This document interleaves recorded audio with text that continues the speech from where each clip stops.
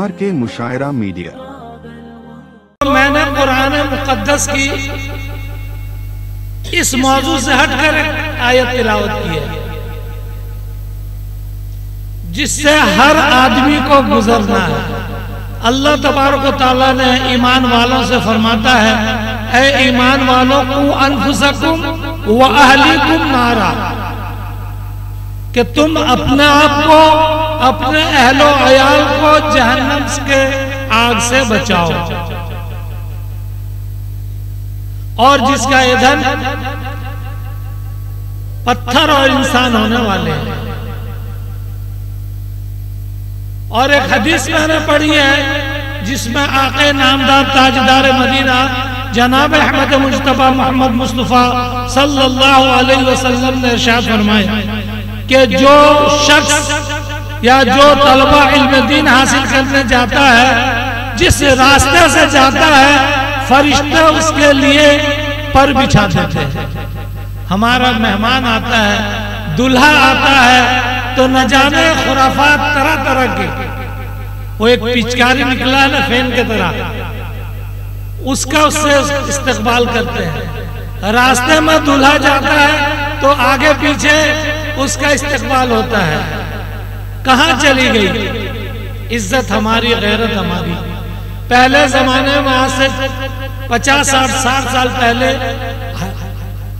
आदमी अनपढ़ थे, मदरसे में पढ़ाने वाला कोई नहीं था।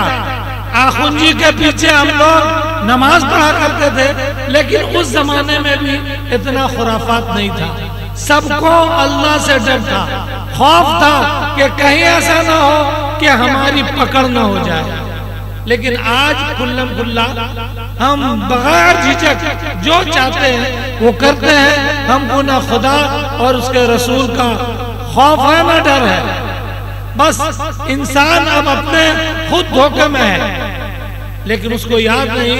हर कब्रिस्तान में मुर्दों को मिट्टी देते वक्त ये कहता है, चाहे उसको मालूम हो ना मालूम हो, लेकिन ये जिसको मालूम है वो 3 आयत पढ़ता है, मिन्हा खलकनाकुम व फीहा नुईदुकुम व मिन्हा नुखरिजुकुम तारतन उखरा। ये अल्लाह तबारक व तआला कुरान मुक़द्दस में फरमाया। तो दोस्तों बुजुर्गों, मैंने जो कुरान मुक़द्दस की आयत तिलावत की है उसका मकसद ये है कि जो चीज सुने उस पर अमल करें। इतनी सारी तकरीर आप सुन चुके, मुफ्ती तहमीद साहब, मौलाना अबू सुफियान साहब, मौलाना दाऊद साहब, इसके बाद और तकरीर मेरे लिए मुनासिब नहीं था। मैं सोचा कि चूंकि मुझे सदर बना दिया था, कहना भी कुछ जरूरी था, इसलिए बहुत मुख्तसर। हुजूर सल्लल्लाहु अलैहि वसल्लम जब दुनिया में तशरीफ लाए और आपको नबुवत से सरफराज किया गया। कब मिली नबुवत? हुजूर को 14 यानी 40 साल के बाद। और अल्लाह ने फरमाया कि मोहम्मद, अब मैंने तुमको नबुवत से सरफराज कर दिया, तुम्हारे हवाले कर दिया नबुवत को, तुमको मैंने अपना नबी बनाया। अब तुम जाओ, घर में मत बैठो, अपने रिश्तेदारों को लेकर जाओ और उनको अल्लाह का पैगाम पहुंचाओ।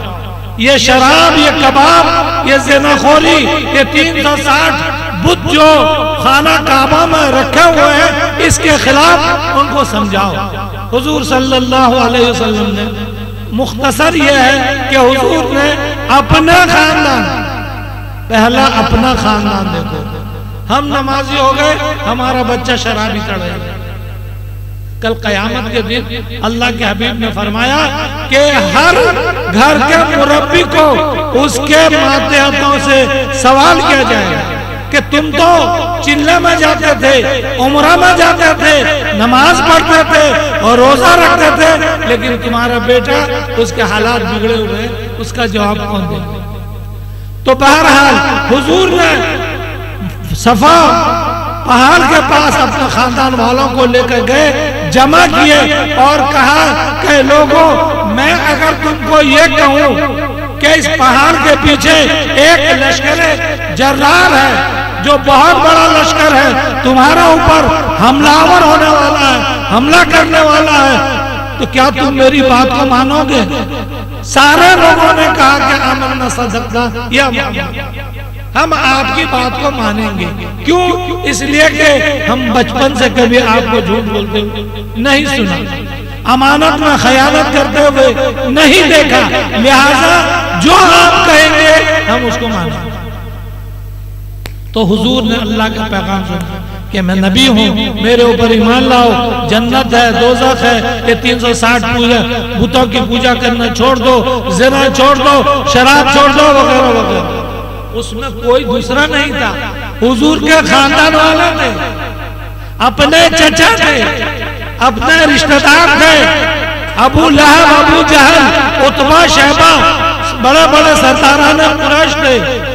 जब ये बात सुने तो आपका चचा अबू लहब कहता है कि नऊज़ु बिल्लाह, मोहम्मद पागल हो गया है और इनके पीछे लुच्चे लफंगों को लगा दिया, और वहीं से दुश्मनी शुरू हो गई। आखिर वक्त तक ना अबू जहल ईमान लाया ना अबू लहब। लेकिन आप अबू जहल और अबू लहब हुजूर को देखे, उनके मजलिस में बैठे, उनकी सोहबत में बैठे, लेकिन ईमान नहीं लाए, जहन्नम में जाए। सलमान फारसी, अबू ज़र ग़िफ़ारी और बिलाल हबशी कहाँ दूर दराज के रहने वाले आए, हुजूर कोई बात को माने, उस पर अमल किए। अल्लाह ने उनके बारे में फरमाया रज़ी अल्लाहु अन्हु व रज़ू अन्हु, कि मैं उनसे राजी, वो मुझसे राजी। तो मतलब क्या हुआ? जितना तकरीर सुनो, सुनकर अगर अमल न करो तो बेकार है। दादा और पोते का वाक्य तो तुम जानते हो, दादा तो जो सुनता था वही झाड़ कर चला जाता था। पोते को लेकर आया, 70 साल के उम्र में आया तो एक बात सुनी और उसको लेकर अमल करने की कोशिश की। इसीलिए खुलासा कलाम यह है कि हम जितना सुने हैं या और हमारे मेहमान मुकर्रम से सुनना चाहते हैं, सुनेंगे।